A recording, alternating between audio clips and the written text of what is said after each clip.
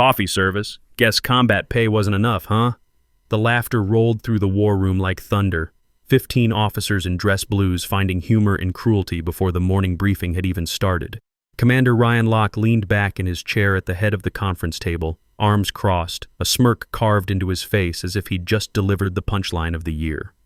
The other SEAL officers followed his lead, chuckling and exchanging glances, the kind of casual mockery that comes easy when you believe you're untouchable. The woman carrying the coffee tray didn't flinch. She wore a plain Navy utility uniform with a temporary worker badge clipped to her chest. No rank, no insignia, no identity beyond service personnel.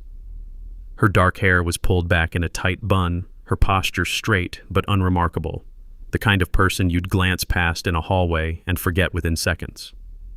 She moved between the chairs with measured steps, setting down ceramic mugs in front of each officer with mechanical precision.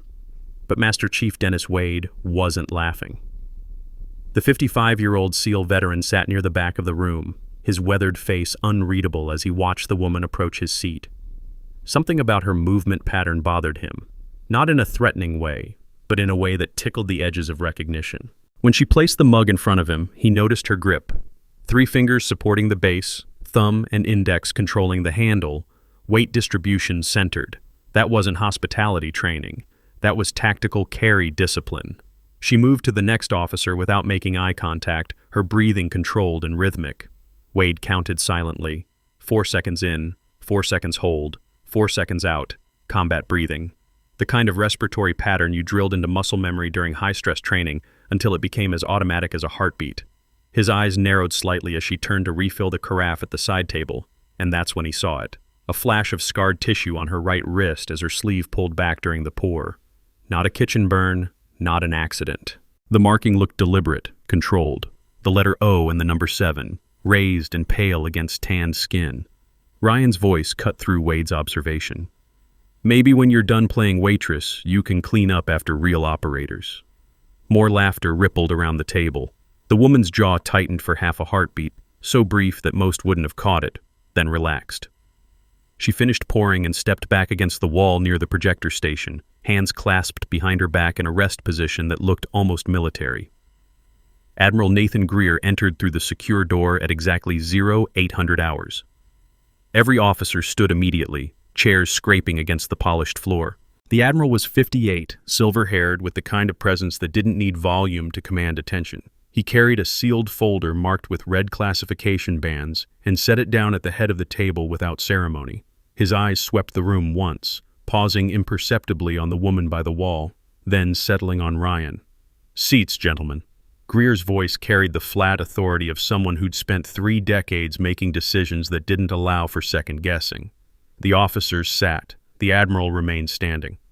"Operation Seabird. We're here to finalize pursuit protocols for the Yemen cell responsible for the ambush 3 years ago. Intel suggests they've reorganized in the Horn of Africa." He opened the folder and pulled out a single photograph, sliding it across the table toward Ryan. "Your team lost 4 men in that firefight. This briefing determines how we respond." Ryan picked up the photo, a satellite image of a compound in Djibouti marked with targeting coordinates. His expression hardened into something between determination and old anger. "We've waited 3 years for actionable intelligence, sir. My men deserve justice." Greer nodded slowly. "Justice. That's the word we'll be using today." He gestured to the woman near the wall without looking at her. "More coffee." It wasn't a request. She moved forward again with that same controlled stride, lifting the carafe. As she poured into Greer's mug, Wade noticed she didn't ask how much. She filled it to precisely 1 inch from the rim, Navy standard for hot beverages during briefings to prevent spills during turbulence or sudden movement. Another small detail, another piece that didn't fit the temporary worker narrative. The briefing began in earnest. Greer activated the wall-mounted screen, and a tactical map of East Africa materialized in high resolution. Red markers indicated known insurgent activity. Blue dots showed Allied force positions. A yellow triangle blinked over the Djibouti compound. "This is Target Osprey. Signals Intelligence confirms the cell leader, callsign Wraith, operates from this location. He's the one who received advanced coordinates of your team's position during the Yemen operation." Ryan leaned forward, fingers drumming on the table. "How did he get those coordinates, sir?" "That mission was compartmentalized. We had operational security at every level." The Admiral's expression didn't change. "That's the question we've been asking for 3 years, Commander." He clicked to the next slide, a communications log with timestamps and encrypted channel markers. The breach originated from within our network. Someone with access to mission planning fed real-time position data to hostile forces. If you think a servant has no power, you've never seen justice served cold. Hit that like button. This story is about to turn ice cold. The room went still. Ryan's drumming fingers stopped. Lieutenant Marcus Chen, sitting to Ryan's right, broke the silence. "Sir, are you saying we had a traitor, someone in the chain of command?" Greer's jaw tightened. "I'm saying we had a leak. Whether intentional or compromised, we don't know.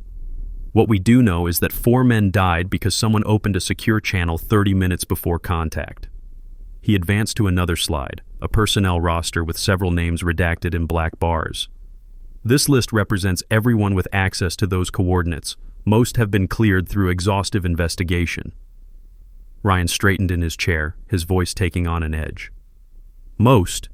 Sir, with respect, we can't move on Osprey if there's still a security risk. If someone on that list is dirty, they could compromise the next operation just like they did in Yemen." The woman refilling water glasses near the back wall paused for a fraction of a second. Wade caught it. The Admiral caught it. Ryan didn't. Greer closed the folder with deliberate slowness. Which brings us to the second purpose of this briefing. We're not just planning an operation. We're closing a case. He looked directly at Ryan now, and something shifted in the temperature of the room. "Tell me, Commander, what do you remember about Chief Warrant Officer Elise Morgan?" Ryan blinked, thrown by the sudden change in direction. "Morgan? She was on my team in Yemen, KIA during the ambush." His voice hardened. "She was also flagged in the investigation as a potential security risk. The initial breach analysis suggested her communications device might have been compromised." Lieutenant Chen nodded. "I remember the briefing. Morgan was posthumously listed as killed in action, suspected betrayal. Not exactly the legacy anyone wants." Ryan's hands clenched on the table. "We lost good men because of her. Elise Morgan should have never worn the trident. I don't care if she's dead. Her name is a stain on this unit." The woman near the wall had gone completely motionless. Her breathing remained controlled. 4 count in, 4 count hold, 4 count out. But Wade saw the microscopic shift in her posture, weight redistributing, shoulders squaring, the stillness before action. He'd seen that stance 1,000 times in combat zones the moment before someone decided whether to engage or extract. She chose neither. She simply stood, hands clasped behind her back, expressionless as marble. Greer let the silence stretch for 5 seconds. 10. 15. When he spoke again, his tone had dropped to something colder. "Interesting assessment, Commander. Tell me, if Morgan was compromised, why would the breach analysis show the unauthorized access originated from a command-level terminal, not a field operator's device?" Ryan's face flushed. "Sir, I'm not privy to the full forensics report. I only know what the initial briefing stated." The initial briefing was incomplete. Greer pulled a second folder from his case, this one marked with orange stripes, Special Access Program Classification. The full investigation took 3 years because we weren't just hunting insurgents. We were hunting the source of the leak. He opened the folder and extracted a single sheet of paper, placing it face down on the table. "Before we proceed with Osprey, I need to address this directly, because if we're sending men into the field, I need to know the chain of command is clean." Wade's pulse quickened. He'd been in enough classified briefings to recognize when the room was about to detonate. The Admiral wasn't building to a revelation. He was preparing for a controlled detonation. And judging by the way Greer kept glancing at the woman near the wall, she was connected to whatever was coming. Ryan shifted uncomfortably. "Sir, I don't understand. Are you saying the investigation found something new?" "I'm saying the investigation never stopped." Greer flipped the paper over. It was a communication log, time-stamped 3 years prior, 02:30 hours, 30 minutes before the Yemen ambush. A single line was highlighted in yellow. Position update transmitted via secure channel, authorization code LCK031. The color drained from Ryan's face. His mouth opened, then closed. His eyes darted to the paper, then to Greer, then to the other officers around the table, looking for an anchor point that wasn't there. That's not... LCK031 is your personal access code, Commander." Greer's voice cut through the stammering like a blade. "It's tied to your biometric authorization. No one else can use it." Ryan stood abruptly, chair scraping backward. Admiral, I never transmitted any position data. My terminal wasn't even active that night. This is a mistake. Someone must have cloned my credentials. We considered that possibility. Greer's tone remained flat, factual. Forensics traced the transmission to your assigned workstation in the Norfolk TOC. Video surveillance shows you logged in at 02:15 hours. You remained at the terminal for 20 minutes. The transmission occurred at 02:30. You logged out at 02:35. Lieutenant Chen leaned back in his chair, eyes wide. Holy cow! Ryan's breathing quickened. I was filing routine status reports. I didn't send anything to external networks. This is someone setting me up, someone with access to surveillance, to logs. His eyes snapped to the woman near the wall, still standing motionless. Her. She's the only one here who wasn't cleared. She could have planted this. Every head in the room turned toward her. She didn't react, didn't defend herself, didn't speak. She just stood there, hands still clasped behind her back, expression unreadable. Wade watched her breathing pattern, still controlled, still 4 count, no panic, no fear. That bothered him more than anything else. Greer's voice hardened. Commander Locke, that woman has higher security clearance than anyone in this room except me. Ryan's laugh came out strangled. She's a temp worker. Her badge says service personnel. She doesn't even have a rank designation. Her badge says what I told it to say. Greer turned slightly, his gaze settling on the woman. Because 3 years ago when the ambush happened, I made a decision. I declared one of my best operators killed in action and erased her from every accessible record. I did it to protect an ongoing investigation. I did it because I needed someone who could move through military installations without drawing attention. Someone who could observe, collect intelligence, and remain invisible while we traced the betrayal back to its source. The room had gone so quiet that Wade could hear the ventilation system humming in the ceiling. Ryan's face cycled through confusion, denial, and dawning horror in the span of 3 seconds. Sir, what are you saying? Admiral Greer's expression didn't change. I'm saying Elise Morgan didn't die in Yemen. She survived the ambush you sent her into, and for the past 3 years she's been hunting the person who sold her team's coordinates.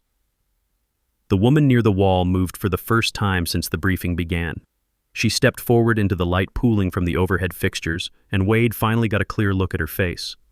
Not young, early 30s maybe, not old, but her eyes carried the kind of weight that came from seeing things you couldn't unsee. She didn't speak. She just reached up with steady hands and unclipped the temporary worker badge from her chest. Beneath it, previously hidden by the badge's placement, was a small metal insignia pinned directly to her uniform. Wade's breath caught. He recognized that insignia. He'd worn one just like it 20 years ago. Trident and anchor, eagle and pistol, the SEAL warfare badge. But there was something else. A subdued unit patch beneath it, barely visible in the fluorescent light. DevGru Unit 7, Naval Special Warfare Development Group, the unit that didn't officially exist. Ryan staggered backward, gripping the edge of the table. That's impossible. She died. I saw the casualty report. I attended the memorial service. You attended a lie. The woman spoke for the first time, and her voice was steady, quiet, deliberate. No anger, no triumph, just statement of fact. A necessary lie, because the only way to find a traitor is to make them believe they've won. Wade stood slowly, his chair scraping in the silence. His eyes locked on the scar tissue he'd noticed earlier, the O and the 7 on her wrist. Operator 7. Unit designation for field operatives working black programs under executive authority. He'd heard rumors about O7 personnel, ghosts who moved through theaters without leaving traces, operators who didn't exist on any roster but could access any facility, any network, any command structure. He'd always thought they were myth. Apparently not. Ryan's voice cracked. You've been here? On this base? For how long? 3 months. Elise's gaze remained level, fixed on Ryan with the kind of focus that came from patience, not rage. Long enough to observe, long enough to confirm what the forensics already suggested. Lieutenant Chen found his voice, barely above a whisper. Confirm what? Admiral Greer pulled another document from the orange-striped folder and slid it across the table. This one was a bank statement, flagged with highlighter on multiple transactions. Commander Locke, Would you care to explain why your personal account received 3 wire transfers totaling $80,000 from an offshore account in the Cayman Islands? Transfers that occurred in the 48 hours following the Yemen ambush? Ryan's knees buckled. He caught himself on the table, knuckles white. I didn't. The offshore account is registered to a shell corporation traced back to the same financial network that funds Wraith's cell. Greer's tone could have frozen nitrogen. You sold your team's coordinates for $80,000. 4 men died. And when Chief Warrant Officer Morgan survived and started asking questions, you flagged her as a security risk to cover your tracks. No. Ryan's voice broke completely now, desperation bleeding through. No, you don't understand. I had debts, gambling debts. They were going to my family, your family. Elise's repetition of the word carried no inflection, but somehow it landed heavier than a shout. 4 families buried empty caskets because you needed money. My team died because you needed money. Wade felt the room's attention shift like a physical weight. Every officer present was staring at Ryan now, and the collective silence carried more condemnation than any words could. This wasn't a trial. This was a reckoning. Ryan straightened, his face contorting into something between defiance and panic. He pointed at Elise with a shaking hand. You're lying. You're a ghost story, a setup. The Admiral's using you to frame me because the real investigation hit a dead end. Frame you? Elise tilted her head slightly, the first sign of emotion crossing her face, something cold and clinical. Commander, I've spent 3 years collecting evidence. Every communication you had with the offshore handlers, every login to the secure network, every financial transaction. She reached into her pocket and pulled out a small black device about the size of a thumb drive. This contains mission logs, surveillance footage, signal intercepts, and financial forensics. 3 years of work, all of it pointing to you. Ryan's eyes locked on the device, and something in him snapped. His hand moved toward his sidearm, standard issue Sig Sauer holstered at his hip. But before his fingers even touched the grip, Admiral Greer's voice cut through the air like a whip crack. Commander Locke, if you draw that weapon, you will be shot before it clears the holster. Stand down. 2 security personnel had materialized at the door. Wade hadn't even heard them enter. Both had their hands resting on their own sidearms, stance wide, ready. Ryan's hand froze. His chest heaved with rapid, shallow breaths. The math was simple. He was outgunned, outnumbered, and out of options. But Elise hadn't moved. She stood in the same spot, relaxed, the small device still held loosely in her palm. No weapon drawn, no defensive posture, just calm. Wade realized with a start that she'd never been worried. Not once. She'd walked into this room knowing exactly how it would unfold, and nothing Ryan could do would surprise her. Greer's voice softened by a single degree, from steel to stone. Security is outside this room, Commander. So is a forensics team. So is a JAG representative. When you walk out that door, you'll be placed under arrest pending court-martial. The charges are treason, conspiracy, and 4 counts of negligent homicide. If you cooperate, the Navy will consider your financial circumstances as mitigating factors. If you resist, we'll pursue the maximum penalty under UCMJ. Ryan's hand dropped away from his sidearm. His shoulders sagged. For a moment, he looked like he might collapse entirely. Then his eyes found Elise again, and something ugly twisted in his expression. You self-righteous? Do you have any idea what you've done? You think you're the hero here? You destroyed my career, my life. Over what? Some principle? Elise's response was quiet, measured, and absolute. I destroyed nothing, Commander. You did that the moment you sold your team. I just made sure everyone knew. Wait, why is the Admiral protecting a coffee server? Drop your theory in the comments. And subscribe, because the answer will blow your mind. Lieutenant Chen cleared his throat, breaking the suffocating tension. Sir, permission to speak? Greer nodded. Go ahead, Lieutenant. Why now? If you've had evidence for 3 years, why wait until this briefing to make the arrest? It was Elise who answered, still looking at Ryan. Because we needed to be sure there was only one traitor. If I'd come forward earlier, anyone else involved could have gone underground. But by staying hidden, I forced the network to continue operating. Every contact, every communication, every transaction.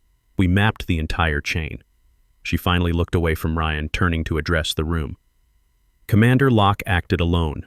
No accomplices, no secondary conspirators. The investigation is closed. Wade found himself speaking before he'd consciously decided to. Chief Morgan. His voice came out rougher than intended. Decades of smoke and sea salt. That scar on your wrist. '07 designation. How long have you been running black operations? Elise's eyes found his. The first time she'd made direct eye contact with anyone besides Ryan or Greer. Since I graduated BUDS, Master Chief. 12 years. 12 years. Wade let that sink in. And you've been living under false identity for the last 3? Not false. Suspended, she corrected gently. My records were sealed, not erased. I still drew pay. I still had chain of command. I just didn't officially exist where anyone could find me. Another officer near the back, Lieutenant Jackson, raised his hand tentatively. Ma'am, if you were running an undercover investigation, why take a job serving coffee? Seems like there'd be easier ways to gather intelligence. A flicker of something that might have been amusement crossed Elise's face. Because nobody pays attention to service personnel. You walk into a room, you see rank and position. You don't see the person pouring your coffee, you talk freely. You leave documents on tables, you discuss classified operations like, I'm not even there, she gestured toward Ryan. I've been in 7 briefings with the commander over the past 2 months. He never recognized me, not once. Ryan's face had gone gray. You were in my briefings? Every single one. Elise's tone remained clinical. You discussed Operation Seabird in detail. You talked about force deployment, targeting protocols, even contingency plans. All of it would have been useful intelligence for Wraith's cell if you'd still been in contact with them. But you weren't. You'd gone silent after receiving final payment. That's how I knew you were the endpoint, not a relay. Wade's mind raced, piecing together implications. You weren't just investigating the leak. You were protecting the next operation. Exactly. Greer reclaimed control of the briefing, his voice carrying command authority again. If Locke had still been active with the enemy network, his arrest would have tipped our hand. But Chief Morgan confirmed he'd ceased contact after the initial transaction. He took the money, flagged Morgan as a scapegoat, and tried to move on. That made it safe to proceed with Osprey. Ryan's laugh came out bitter and broken. So this whole briefing was a setup. You weren't planning an operation. You were setting a trap. We're doing both. Greer's correction was ice cold. Operation Osprey launches in 72 hours. Your arrest doesn't change that. It just means you won't be part of it. The security personnel stepped forward, positioning themselves on either side of Ryan. One of them spoke in a low, professional monotone. Commander Locke, please place your hands behind your back. Ryan didn't resist. He stood there, swaying slightly as they secured restraints on his wrists, but his eyes never left Elise. You know what the worst part is? His voice had gone hollow. You're right. I did this. All of it. And I can't even claim I didn't know better. I thought I could get away with it. Elise met his gaze without blinking. You did get away with it. For 3 years. That's longer than most traitors last. Cold comfort. Ryan's smile was a death mask. I hope it was worth it, living like a ghost. Pretending to be someone you're not. Was it worth 3 years of your life? For the first time since entering, Elise's expression shifted into something that might have been satisfaction. Commander, I wore their contempt like armor. I kept quiet so the wrong man would speak. And now justice doesn't need me to raise my voice. The evidence speaks for itself. So yes, it was worth every single day. Security began escorting Ryan toward the door. He moved like a man walking to execution, each step mechanical and defeated. Just before crossing the threshold, he stopped and looked back one final time. Not at Elise, at Admiral Greer. Sir, for what it's worth, I'm sorry. I know that doesn't fix anything, but I am. Greer's face could have been carved from stone. Commander, your apology is noted for the record. It will make no difference to your sentencing. Ryan nodded, then disappeared through the door. The sound of it closing echoed like a gunshot. The room exhaled collectively, 15 officers releasing breath they hadn't realized they'd been holding. Wade sank back into his chair, feeling suddenly exhausted despite the morning hour. His eyes found Elise again, still standing near the projection screen, still composed. Lieutenant Chen broke the silence. Ma'am, if I may ask, what happens now, with you, I mean? Do you go back to being Elise Morgan officially? That depends. Elise looked to Admiral Greer, a silent question passing between them. Greer considered for a moment, then nodded. Chief Morgan's current operation is concluded. Her records will be unsealed and restored to active status within 48 hours. She'll resume duties appropriate to her rank and clearance level. He paused, something almost resembling warmth entering his tone. Though I suspect she'll prefer assignments where coffee service isn't required. That drew a ripple of nervous laughter from the officers, tension breaking like a dam releasing pressure. Elise allowed herself a small smile, the first genuine expression Wade had seen from her all morning. Appreciated, sir. Admiral Greer straightened, reasserting formal command presence. Gentlemen, what you witnessed here today is classified at the highest level. No discussion outside secure spaces, no mention in personal communications. As far as the Navy is concerned, this briefing covered only Operation Osprey tactical planning. Chief Morgan's investigation and Commander Locke's arrest are sealed under special access protocol. Clear? A chorus of, "Yes, sir," answered him. But Wade noticed something. The way officers were looking at Elise had shifted. Before, she'd been invisible, wallpaper with a coffee pot. Now they saw her, really saw her, and in their eyes was something between respect and unease. She'd proven that anyone could be watching, anyone could be listening. The comfortable assumption of privacy in their own spaces had been shattered. Greer checked his watch. "We'll reconvene in 2 hours for the actual Osprey briefing. Dismissed." Chairs scraped, officers stood, gathering folders and tablets. But nobody moved toward the door immediately. They lingered, stealing glances at Elise, clearly wanting to say something but unsure what. It was Lieutenant Chen who finally approached her, stopping at a respectful distance. "Ma'am, I just wanted to say, what you did took incredible discipline. I don't think I could have stayed quiet for 3 years while people mocked me." Elise's smile was tired but genuine. "Lieutenant, strength isn't noise. It's discipline when no one is clapping. You'd be surprised what you can endure when you know the truth is on your side." Chen nodded slowly, processing that. Then he straightened and rendered a crisp salute. Elise returned it with equal precision. One by one, the other officers followed suit, each stopping, saluting, acknowledging what she'd done. Wade watched the procession with something tight in his chest. This wasn't ceremony. This was apology. Every man in this room had laughed at her, dismissed her, ignored her. And now they were confronting that complicity. When the last officer had filed out, only Wade, Greer, and Elise remained. Wade stood slowly, his knees protesting years of hard parachute landings and cold water insertions. He approached Elise with measured steps, stopping when he was close enough to see the faint scarring on her wrist clearly. The 07 marking. Ghost operator designation. He'd heard the legends. Now he was standing in front of one. "Chief Morgan," his voice came out gravelly. "Earlier, when you were pouring coffee, I recognized your grip, your breathing pattern. I almost said something." Elise's eyes met his, and he saw exhaustion there beneath the calm. "I know, Master Chief. I saw you watching. I figured you'd either speak up or stay quiet." "Why didn't you worry I'd expose you?" "Because you're a professional. You saw something that didn't fit, and you waited to see how it played out. That's good instinct." She glanced down at her wrist, touching the scarred tissue absently. "Not many people notice 07 markers. You served with the program?" Wade shook his head. "Adjacent to it. 20 years ago, I worked logistics for a black site operation in Kandahar. Never knew the operators' real names. Just saw the marking a few times." He paused. "Never expected to see it again." "Most people don't." Elise's tone softened slightly. "We're designed to be forgotten."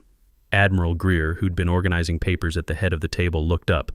"Master Chief Wade, I'm assigning you as senior advisor to Operation Osprey. Your experience with Chief Morgan's operational style will be valuable." Wade blinked, surprised. "Sir, I wasn't aware I'd be involved in Osprey." "You are now. Consider this your official briefing notification." Greer's expression remained neutral, but Wade caught the subtext. The Admiral wanted someone in the operation who understood what Elise had gone through, someone who'd already proven discretion. Wade understood immediately. "Aye, sir, I'd be honored." Greer nodded, then turned to Elise. "Chief, you have 48 hours of mandatory stand-down. Psychological eval, medical clearance, and administrative processing. After that, we'll discuss your next assignment." "Understood, sir." Elise straightened. though Wade could see the exhaustion starting to show around her eyes now that the immediate crisis had passed. 3 years was a long time to maintain cover. 3 years of being invisible. 3 years of enduring disrespect and mockery while holding absolute proof of betrayal. The weight of that was starting to show. Greer's voice softened, just barely. For what it's worth, Chief, you conducted yourself with exceptional professionalism. The Navy owes you a debt. Elise's response was quiet. The Navy doesn't owe me anything, sir. I did my job. That's all. That's more than most could have done. Greer collected his folders and moved toward the door. Master Chief, see that Chief Morgan gets to medical processing. She's officially on administrative leave until further notice. Aye, sir. The Admiral left, the secure door hissing shut behind him. Wade and Elise stood in the empty war room, fluorescent lights humming overhead, the lingering smell of coffee and tension thick in the air. After a moment, Wade gestured toward the chairs. Mind if we sit for a minute? These old knees aren't what they used to be. Elise nodded, grateful. They both sank into chairs, her in the seat Ryan had occupied an hour ago, Wade across from her. For a long moment, neither spoke. Just two operators who'd seen too much, sitting in silence that felt more comfortable than conversation. Finally, Wade broke it. 3 years, living invisible. That's its own kind of combat. Elise's smile was tired. Different rules, same discipline. You ever come close to breaking cover? Twice.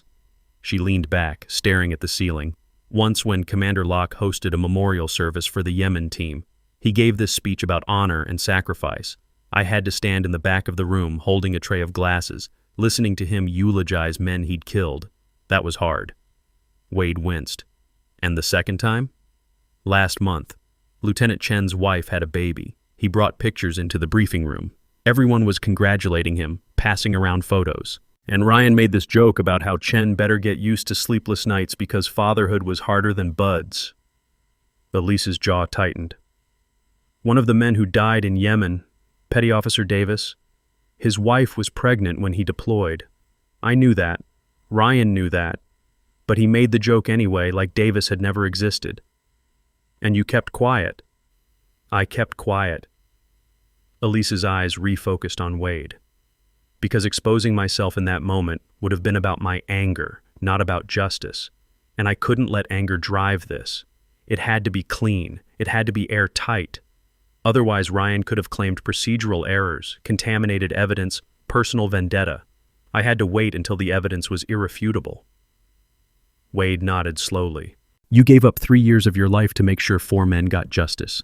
That's not just discipline, Chief. That's sacrifice. Elise was quiet for a moment, then shook her head. Master Chief, I didn't give up 3 years. I spent 3 years. There's a difference. Giving up implies loss. I spent that time making sure my team didn't die for nothing. That's not sacrifice. That's responsibility. Wade studied her face, the lines around her eyes, the set of her jaw, the way she held herself even in exhaustion. She meant every word. This wasn't false modesty or self-deprecation. This was someone who'd made a choice and owned it completely, without need for validation or recognition. That kind of integrity was rare.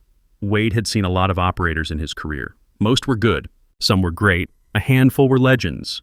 Elise Morgan, he suspected, was the kind of operator people would tell stories about in 20 years, if they ever learned her story. Well, Wade said finally, pushing himself to his feet, responsibility or sacrifice, you earned a break. Let me walk you to medical. Fair warning, they're going to ask you 1,000 questions about your mental state. Elise stood as well, stretching slightly. I've been through psych evals before. I'll manage. They headed toward the door together. Wade punched in his access code and the secure lock disengaged with a mechanical click. As they stepped into the corridor beyond, Wade glanced at her sidelong. Question. When you were serving coffee this morning, did you know Ryan was going to break? That he'd try to draw his weapon? Elise's expression didn't change, but something flickered in her eyes. Master Chief, I knew exactly how Commander Locke would react. I've spent 3 years studying him. I know his patterns, his stress responses, his breaking points. When Admiral Greer presented the evidence, there were only 3 possible outcomes. Ryan could confess, which was unlikely. He could lawyer up and stay silent, which was possible. Or he could panic and escalate, which was probable. I prepared for all three. And if he'd actually drawn his weapon? If security hadn't been fast enough? Elise's smile was thin and cold. Then I would have handled it. Wade believed her. He'd seen the way she stood during the confrontation. Relaxed but ready. No wasted tension, no fear. She'd been prepared to respond if necessary, but she hadn't needed to. That level of confidence came from training so deep it became instinct. They walked in silence down the corridor, past administrative offices and secured storage rooms. Personnel they passed offered Wade casual nods or salutes, but their eyes lingered on Elise. News traveled fast on military bases, even classified news. By tomorrow, everyone would know something had happened in the war room, even if they didn't know details. Rumors would spread, stories would morph, but the truth would remain sealed. As they approached the medical wing, Wade slowed. "Chief, one more question. What happens next for you, once you're cleared and back on active status?" Elise considered that for a moment, her gaze distant. "Honestly, I don't know. I've spent 3 years focused on one objective. Now that it's done, I'm not sure what comes after." "You thought about going back to regular SEAL operations?" "Maybe. Or maybe something else. Admiral Greer mentioned assignments appropriate to my clearance level. That could mean a lot of things." She paused at the entrance to medical. "Right now, I'm just trying to remember what normal feels like." Wade extended his hand. "For what it's worth, Chief, normal is overrated. You did something extraordinary. Don't be in a rush to be ordinary." Elise shook his hand, her grip firm and sure. "Thanks, Master Chief. That means something." "Wade, just Wade when we're not in formation." "Elise, just Elise when we're not in formation." They exchanged tired smiles, two professionals who'd survived different kinds of battles but understood the cost equally. Then Elise turned and pushed through the medical wing doors, disappearing into the fluorescent-lit waiting area beyond. Wade stood there for a moment, thinking about 3 years of silence. 3 years of contempt absorbed like armor. 3 years of invisible work leading to 1 hour of visible justice. He shook his head slowly, a wry smile tugging at his mouth. Then he turned and headed back toward the administrative offices. He had reports to file, an operation to prepare for, and a newfound respect for the person who'd been pouring his coffee for the past 3 months. Justice wasn't loud, it was patient. And sometimes it wore a service uniform and waited for the exact right moment to remind everyone that underestimation was a fatal mistake. 48 hours changed everything. The administrative processing that followed Commander Ryan Locke's arrest moved with the kind of institutional efficiency that only activated when the Navy wanted something done quietly and thoroughly.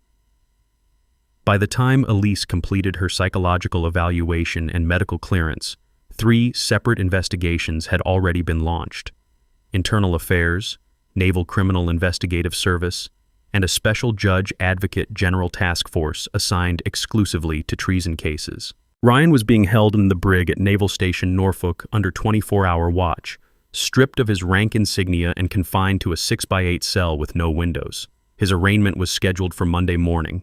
His career was over. His freedom was measured in hours, not years. But the consequences didn't stop with one man. Elise stood in Admiral Greer's office on the second morning after the war room confrontation, wearing a crisp Navy working uniform, this time with her actual rank insignia restored. Chief Warrant Officer, 3 gold bars. The DevGru patch sat on her right shoulder where it belonged, no longer hidden beneath a temp worker badge. Her hair was still pulled back in the same tight bun, but everything else had shifted. She was visible now. Official. Real. Greer sat behind his desk reviewing a tablet, his expression carved from granite as always. He didn't look up when he spoke. The forensics team finished their deep dive into Locke's communications network. They found more than we expected. Elise remained at parade rest, hands clasped behind her back. "Sir?" 3 additional suspects. Greer finally looked up, his eyes sharp. All of them with access to operational planning. All of them with financial irregularities that correlate to classified mission timelines. Elise's jaw tightened. Locke wasn't working alone? Not in the traditional sense. He didn't have accomplices, he had customers. Greer turned the tablet around so she could see the screen. 3 personnel files were displayed side by side. Lieutenant Commander Sarah Vance, Logistics Officer. Captain Martin Cross, Intelligence Analyst. Civilian Contractor Derek Huang, Network Security Specialist. Each of them sold information to the same offshore network that Locke used. Small pieces, fragments of intel that seemed harmless individually, but created a complete operational picture when combined. Elise stepped forward, studying the files. Vance was 42, 15 years of service, stationed at JSOC headquarters. Cross was 37, 12 years, assigned to intelligence coordination at Camp Pendleton. Huang was 51, former NSA contractor now working private security clearances. On paper, none of them should have intersected with Yemen operations, but intelligence networks were rarely linear. How did forensics connect them to Locke? Elise asked. They didn't. They connected them to the same financial network.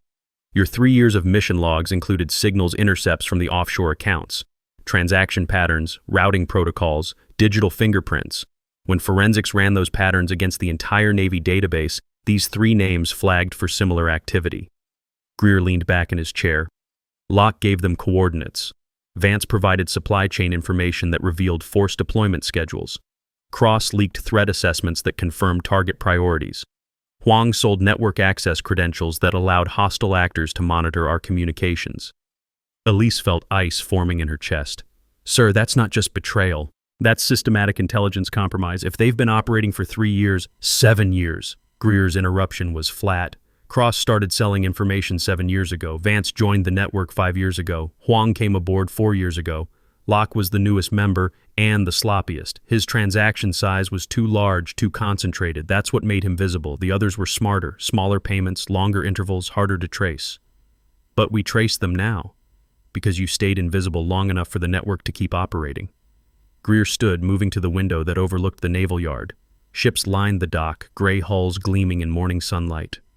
If you'd exposed Locke immediately 3 years ago, the others would have scattered. They would have erased their tracks, changed their methods, disappeared into the bureaucracy.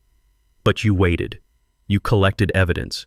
You mapped the entire network without them knowing anyone was watching, and now we have them all. Elise processed that, the weight of 7 years settling on her shoulders. How many operations had been compromised? How many missions had failed because someone sold the intelligence first? How many service members had died because people like Vance and Cross and Huang decided money mattered more than duty? What's the operational timeline for arrests, sir? Simultaneous takedown scheduled for 0600 tomorrow. NCIS teams are already positioned near each suspect. We move at dawn. No warning, no possibility of coordination between them. Greer turned back to face her. You'll be present for Vance's arrest. I want her to see your face when it happens. Sir, I'm not sure that's an order, Chief. You spent 3 years hunting these people. You earned the right to watch them fall. Greer's voice carried finality. Besides, Vance attended the same memorial service as Locke. She gave a speech about honoring the fallen. You should be there when she learns the fallen didn't stay fallen. Elise understood. This wasn't about revenge. This was about accountability, about making sure the people who'd profited from betrayal understood that invisibility worked both ways, and sometimes the person you didn't see was the one who'd been watching all along. Aye, sir. I'll be ready. Greer returned to his desk, pulling out a manila folder marked with her name. Before tomorrow's operation, there's another matter. The SEAL community has requested a formal acknowledgement ceremony. Master Chief Wade organized it. They want to recognize your 3 years of service under classified conditions. Elise blinked, surprised. Sir, that's not necessary. I was doing my job. The community disagrees, and frankly, Chief, so do I. Greer opened the folder, revealing a commendation certificate signed by multiple commanding officers. You conducted one of the longest undercover operations in naval special warfare history. You maintained operational security under extreme psychological pressure. You identified and neutralized a spy network that had been active for 7 years. That's not just doing your job, that's exceeding every standard we have. When is the ceremony? 1400 hours today. Hangar 7. Attendance is restricted to SEAL qualified personnel and command staff. No media, no public record. But the people who matter will know what you did. Greer held her gaze. And Chief, this time, you don't have to stay invisible. Hangar 7 smelled like hydraulic fluid, old metal, and decades of naval aviation history. The space was massive, designed to house fighter jets during maintenance, but today it held only people. Approximately 60 personnel stood in formation, most of them wearing the desert tan uniform of naval special warfare operators, SEALs, combat veterans. The kind of men who didn't give respect easily. and didn't tolerate weakness in any form. Elise entered through the side door with Admiral Greer, and the formation immediately snapped to attention. Every operator stood rigid, eyes forward, hands at their sides in perfect military bearing. Master Chief Wade stood at the front of the formation, his weathered face serious but carrying a hint of pride that hadn't been there 2 days ago. A small podium had been set up near the front, flanked by American and Navy flags. No decorations, no ceremony beyond what was necessary. This was a military acknowledgement, not a celebration. The difference mattered. Admiral Greer approached the podium while Elise positioned herself to the side, feeling suddenly exposed under the collective attention of 60 operators who now knew exactly who she was and what she'd done. Some of these men had been in the war room during the briefing. Others had heard the story secondhand, but all of them were looking at her differently than they had 72 hours ago. Greer's voice carried across the hangar without need for amplification. At ease. The formation relaxed fractionally, shifting into parade rest. We're here today to acknowledge something that can't be fully discussed outside this hangar.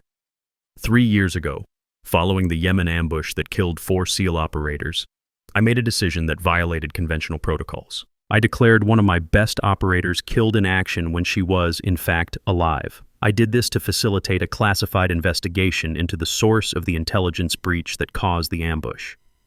He paused, letting that sink in. Several operators exchanged glances. Most had heard rumors, but hearing it stated officially was different.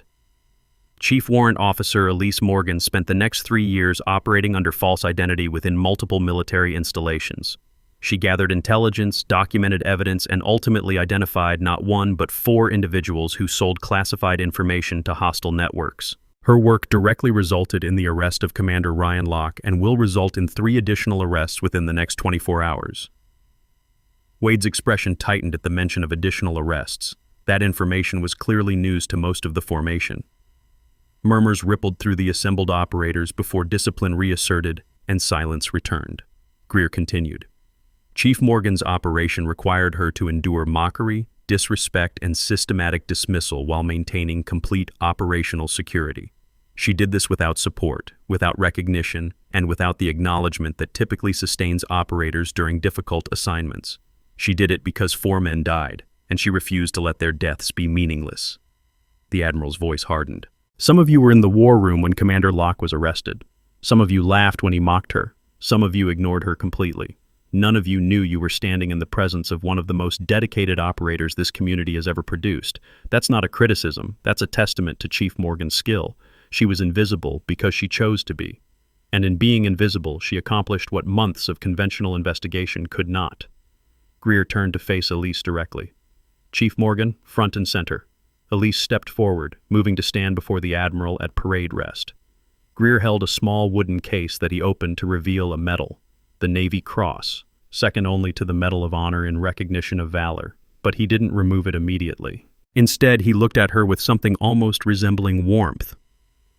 This medal is classified. It won't appear in your official record. Your name won't be listed in any public database. The citation will remain sealed for at least 20 years, but everyone in this hangar will know, and they'll remember. He removed the medal and pinned it to her uniform with precise movements. The weight of it settled against her chest, small, metal, significant. Then he stepped back and rendered a salute that Elise returned with equal crispness. The formation erupted. Not in applause, that would have been inappropriate, but in a synchronized movement as every operator present rendered their own salute.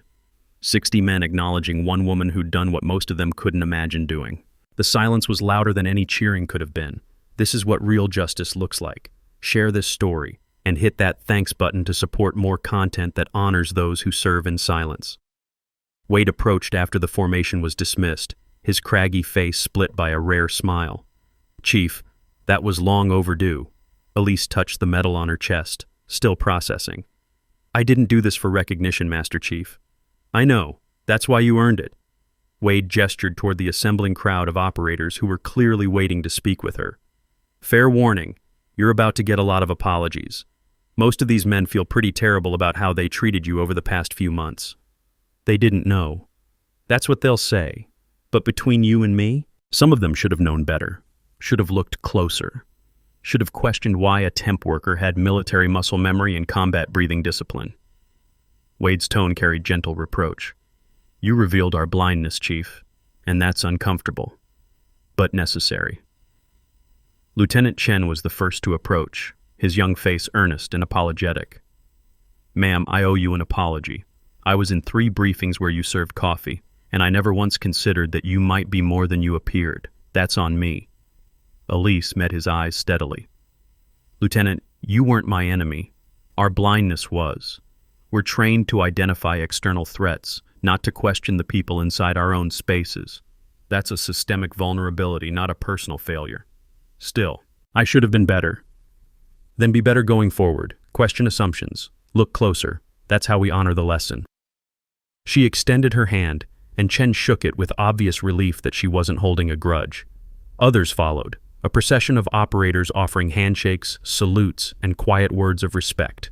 Some were awkward, some were brief, but all of them carried the same undercurrent. We see you now, we understand what you did, we won't forget. One operator, a senior chief named Rodriguez, stopped in front of her with unusual intensity. Ma'am, I was part of the Yemen QRF team. We extracted what was left after the ambush. I thought you were dead. I carried your gear out of the compound. His voice cracked slightly. Seeing you alive, it's like getting a piece of that day back. Elise felt her throat tighten. Senior Chief, I'm sorry you had to carry that weight. I know the cost of believing someone is gone. It was worth it. If being dead for 3 years meant catching the bastards who killed Davis and the others, that was worth it. Rodriguez saluted, holding it longer than regulation required. Thank you, ma'am. After the last operator had paid respects, Admiral Greer approached again, this time carrying a secure tablet. Chief, we need to discuss your next assignment. You have 3 options. Elise straightened, transitioning mentally from ceremony to operational planning. Sir? Option 1, return to standard SEAL operations. You'd be reassigned to a team, probably West Coast, with full operational status, no more undercover work. Option 2, instructor position at Special Warfare Training Pipeline. Your experience with long-term operational security and resistance to psychological pressure would be invaluable for training the next generation. Elise considered both options, then asked, and option 3? Greer's expression shifted into something calculating. Option 3 is why I really asked you here. The investigation into Vance, Cross, and Huang revealed something troubling. The offshore financial network they used isn't just servicing military intelligence sales. It's connected to a larger infrastructure, weapons trafficking, technology transfer, possibly even terrorist financing. Taking down 4 small-time sellers doesn't eliminate the network, it just cuts off 4 branches. You want me to go after the root. I want you to do what you do best. Disappear, infiltrate, map the network from the inside. Greer pulled up a file on the tablet, a photograph of a middle-aged man in civilian clothes standing outside what looked like a defense contractor's office. This is Malcolm Reese, CEO of Helix Solutions, a private military contractor operating in 17 countries. His company provides security services, logistics support, and consulting to both government and private clients. On paper, he's legitimate, but signals intelligence suggests Helix Solutions is the clearinghouse for the offshore network. Money flows through his accounts. Information moves through his servers. He's the hub. Elise studied the photograph. Reese looked unremarkable. Gray hair, average height, the kind of face that blended into boardrooms and cocktail parties. Exactly the kind of person who could operate in plain sight without attracting attention. What's the operational objective? Infiltrate Helix Solutions. Identify the network's full extent. Document everything.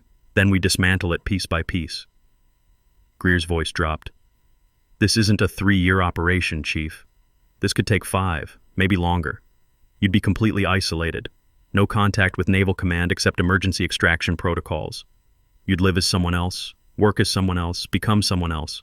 And if you're compromised, we can't protect you the way we could on a military base. Elise thought about 3 years of invisibility, 3 years of mockery and isolation and maintaining cover while every instinct screamed to fight back. It had been the hardest thing she'd ever done. And Greer was offering her the chance to do it again, for even longer, with even less support. She should say no. She should take option 1 or option 2, return to normal operations, rebuild her life, reconnect with the parts of herself that had gone dormant during the undercover work. That would be the smart choice, the safe choice. But when she closed her eyes, she saw Petty Officer Davis, saw the other 3 men who died in Yemen, saw the memorial service where Ryan Locke had eulogized the people he'd killed, saw Lieutenant Chen's baby photos and the casual cruelty of joking about fatherhood in front of operators who knew Davis would never meet his son. Justice wasn't a single arrest. It was a commitment to making sure the system that enabled betrayal couldn't survive. Elise opened her eyes and met Greer's gaze. "Option 3, sir. I'll take option 3. Greer nodded slowly, unsurprised. "I thought you might. We'll begin operational planning next week. You'll need new identity documents, cover background, financial history, everything required to become someone Malcolm Reese would hire." He closed the tablet. "This is your last chance to reconsider, Chief. Once you commit, there's no easy extraction. You'll be alone out there." "Sir, I've been alone for 3 years. I know how it works." "This is different. On a military base, you were surrounded by people who would have protected you if your cover broke. In the private sector, you're surrounded by people who profit from selling you out. The risk level is exponentially higher." "Understood, sir. But if we don't cut off the route, more operators will die. More missions will be compromised. More people like Locke will sell out their teams for money." Elise's voice carried quiet conviction. "I can stop that, so I will." Greer studied her for a long moment, then extended his hand. "Welcome to Operation Quiet Honor, Phase 2. Briefing materials will be delivered to your quarters tonight. Memorize everything, then destroy the documents. You ship out in 72 hours. They shook hands, not as commanding officer and subordinate, but as 2 people who understood that some battles required years of patience and the willingness to become invisible in service of a larger objective. The next morning, Elise stood outside a suburban townhouse in Virginia Beach at 05:45, waiting for the NCIS tactical team to move into position. Lieutenant Commander Sarah Vance lived here with her husband and 2 teenage children, a normal American family in a normal American neighborhood. Except the mother was about to be arrested for selling classified intelligence to hostile networks for 5 years. Elise wore civilian clothes, jeans, dark jacket, no visible insignia. She wasn't part of the arrest team. She was just there to watch, to bear witness, to see the moment when another piece of the network fell. At exactly 0600, 4 NCIS agents approached the front door while 2 more covered the back exit. The lead agent knocked, firm, professional, authoritative. "Sarah Vance, this is NCIS. Open the door." 20 seconds of silence. Then the door opened, revealing a woman in her early 40s wearing a bathrobe, her hair disheveled from sleep. Sarah Vance looked confused, then concerned, then terrified in the span of 3 seconds as she registered the armed agents on her doorstep. "What's going on? Is someone hurt?" The lead agent held up credentials. "Lieutenant Commander Vance, you're under arrest for espionage, conspiracy, and violations of the Uniform Code of Military Justice. You have the right to remain silent." "This is insane. There's been a mistake." Vance's voice climbed toward panic. "I haven't done anything. I'm a logistics officer. I process supply requests. That's it." "Ma'am, please turn around and place your hands behind your back." Vance complied mechanically, still protesting. "My husband, my kids, they're upstairs. They're going to wake up. They're going to see this." "Your husband will be briefed after you're secured. Your children will be placed with family services until arrangements can be made." The agent secured restraints on Vance's wrists with practiced efficiency. "You're being transported to Naval Station Norfolk for processing. Do you understand these rights as I've explained them?" "I didn't. I want a lawyer. I want to talk to my commanding officer. This is wrong." That's when Vance saw Elise standing near the NCIS vehicle at the curb. Their eyes met across 30 feet of suburban driveway. Recognition didn't come immediately. Why would it? Elise was just another agent, another face in the arrest team. But then Vance's expression shifted as memory connected. She'd seen this face before. At the memorial service, standing in the back, holding a tray. "You," Vance whispered. "You were at the service. You were serving refreshments." Elise stepped forward into the morning light. "I was, and I heard your speech about honoring the fallen. About duty and sacrifice. It was a beautiful speech, Commander." Vance's face went pale. "Who are you?" "Chief Warrant Officer Elise Morgan, DevGru Unit 7, one of the fallen you eulogized." Elise's voice remained calm, factual. "Except I didn't fall. I watched, I documented, I waited. And now, Commander, you're going to answer for every piece of intelligence you sold, every supply schedule you leaked, every operator you put at risk because money mattered more than lives." The NCIS agent began guiding Vance toward the vehicle, but she resisted, twisting to keep eye contact with Elise. "I didn't kill anyone. I just provided logistics information, supply chains, nothing operational." Supply chains reveal force deployment patterns. Deployment patterns reveal operational timelines. Operational timelines get people killed. Elise took another step closer. "Petty Officer Davis died in Yemen because the enemy knew exactly when and where we'd be. You helped give them that information. His wife was pregnant. His son is 2 years old now. He'll never meet his father because you needed money." Vance's legs buckled slightly, and the agent caught her before she fell. Tears streamed down her face now, the reality finally penetrating denial. "I'm sorry. I'm so sorry. I didn't realize." "You didn't think about consequences. None of you did. You saw money and opportunity and convinced yourselves it didn't matter. But it did. It does. And now you'll live with that understanding for the next 20 years in Leavenworth." The agent loaded Vance into the vehicle. Through the tinted window, Elise could see her sobbing, head bowed, the weight of accountability crushing whatever rationalizations had sustained her for 5 years. The vehicle pulled away, carrying another traitor to justice. Wade appeared at Elise's shoulder. She hadn't heard him approach. "That's 2 down. Cross and Huang are being arrested simultaneously at Camp Pendleton and Fort Meade. All 3 operations are green." "Good." Elise watched the taillights disappear around the corner. "How long until the trials?" "Months. Maybe a year. Military legal proceedings move slowly when they involve classified material. But they'll all face courts-martial. They'll all serve time. The Navy doesn't forgive treason." Elise nodded, feeling something settle in her chest. Not satisfaction, that word implied pleasure, and there was no pleasure in this. But resolution, completion. The mission she'd started 3 years ago was finally finished. 4 traitors identified, 4 arrests made, a network dismantled, justice served. "Master Chief, I'm shipping out in 3 days. New assignment, deep cover, could be 5 years. Wade's weathered face showed no surprise. "Option 3, then. I figured you'd pick that one." "How'd you know?" "Because you're not the kind of operator who walks away when there's still work to be done. You'll keep hunting until the whole network is gone. That's not criticism, Chief, that's respect." He clapped her shoulder once, the gesture carrying decades of shared understanding between people who'd chosen the hardest paths. "Stay safe out there, and remember, being invisible doesn't mean being alone. Your team knows what you're doing. We'll be waiting when you come back." "If I come back?" "When, Chief? When you come back. Defeatist thinking gets operators killed. You taught me that 3 years ago when you chose to survive instead of quit." Elise smiled despite herself.